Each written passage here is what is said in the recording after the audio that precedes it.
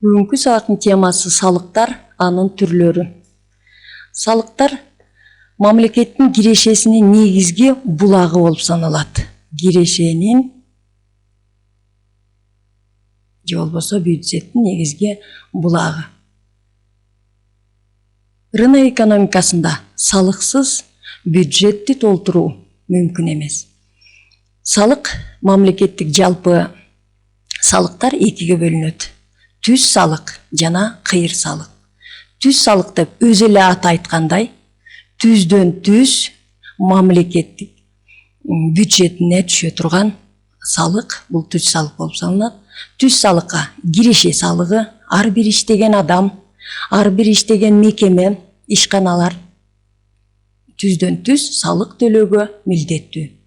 Жерден алынган салык түз салыкка кирет жана пайдадан түшкөн пайдадан белгилүү бир бөлүгү мамлекетке, бюджетке киреше катары түшүш керек. Мына ушул түз салыкка кирет булар.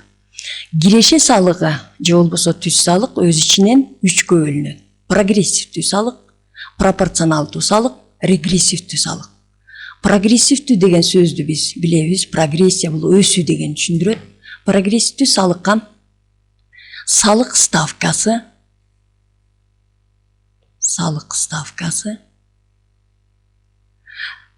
кирешеге жараша өссө, бул прогрессивдүү салык болуп саналат. Киреше канчалык жогору болсо, киреше өссө, салык ставкасы да ошого жараша өскөн салык прогрессивдүү салык. Мисалы,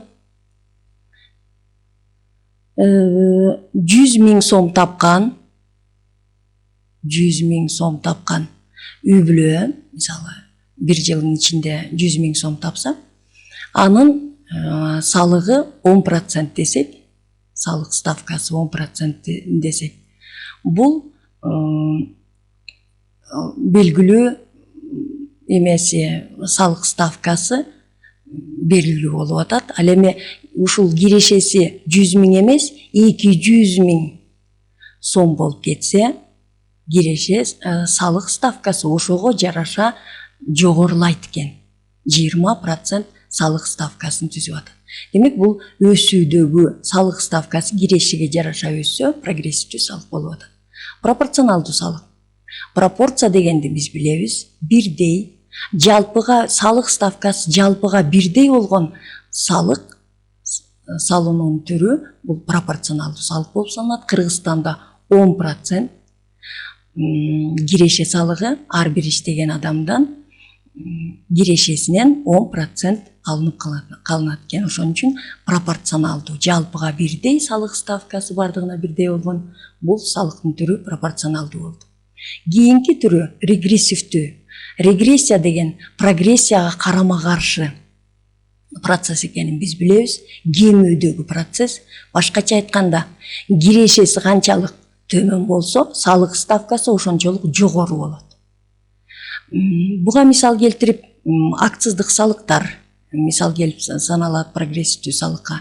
Ошондой эле машинага төлөнгөн салыктар, автомашинасы, корошуп ыргыштын автомашинасы болсо, төлөгөн, бир жылга төлөгөн салыгы бай бизнесмен же болбосо бир мекеменин жетекчисинин эмгек акы экөөнүкү бирдей эмес. Мына ошол төлөгөн машинага төлөнгөн кимисиники, мисалы, корошуп ыргыш бир жылдын ичинде тапкан эмгек акысы болгону бир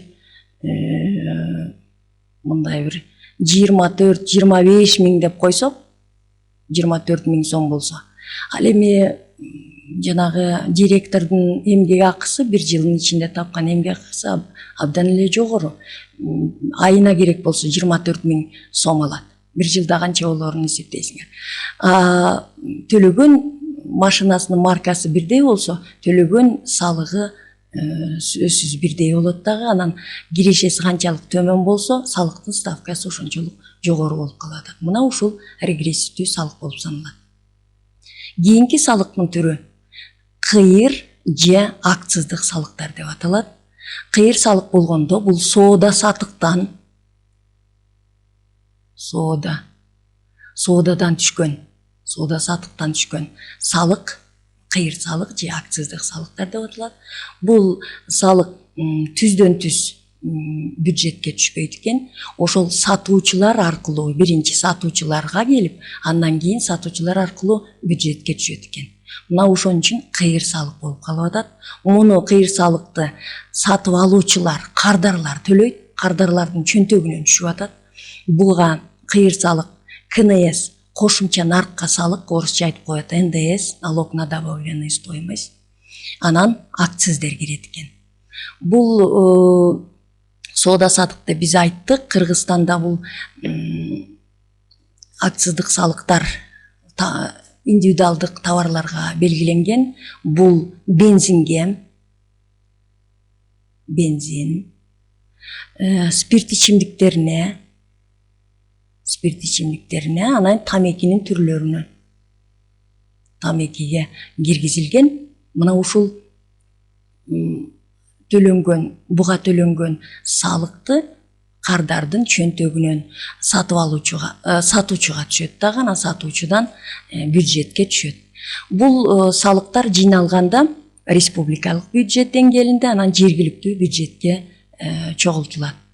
Түз салыктан айрыкча могу киреше салыгы, пайда салыктары түздөн түз республикалык бюджетке түшөт дагы, анын 65% республикалык бюджетке түшөт, 35% жергиликтүү бюджетке түшөт.